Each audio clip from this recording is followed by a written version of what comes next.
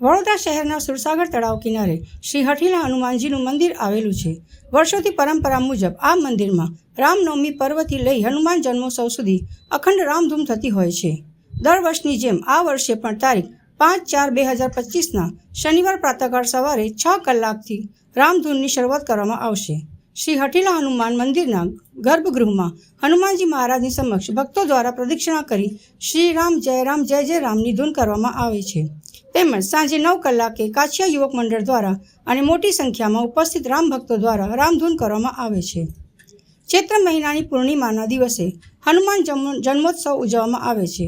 પૌરાણિક અને ધાર્મિક માન્યતા મુજબ આ દિવસે સંકટમોચન હનુમાનજીનું અવતરણ થયું હતું, એટલે આખા દેશમાં તેમના જન્મોત્સવની શ્રદ્ધાપૂર્વક ઉજવણી કરવામાં આવે છે।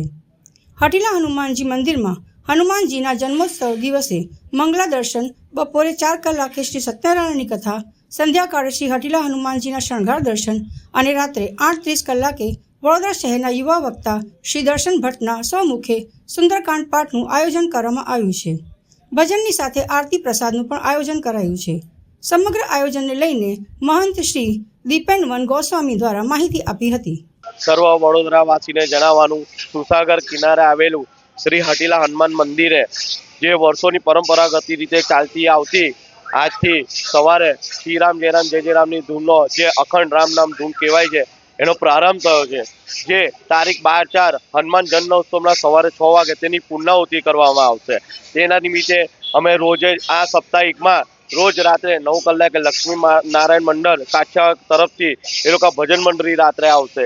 ત્યારબાદ રાત્રે 12 થી 4 બીજું કાછિયા મંડળ આવશે તથા આ બધા અવરિત પ્રોગ્રામ આખો સપ્તાહ ચાલ્યા કરશે। અને હનુમાન જન્મોત્સવ નિમિત્તે સવારે 5:30 કલાકે દાદાને આપણે જન્મ કરવામાં આવશે। ત્યારબાદ 8 કલાકે હનુમાન યાગ રાખવામાં આવશે। ત્યારબાદ બપોરે 4 કલાકે શ્રી સત્યનારાયણની કથા તથા રાત્રે 8 વાગે આપણે દર્શન ભટ્ટના સ્વકંઠે સુંદરકાંડના પાઠનું આયોજન કર્યું છે। અને આ તમામનો તમારા દર્શનનો લાભ લેવા વિનંતી। જય સિયારામ।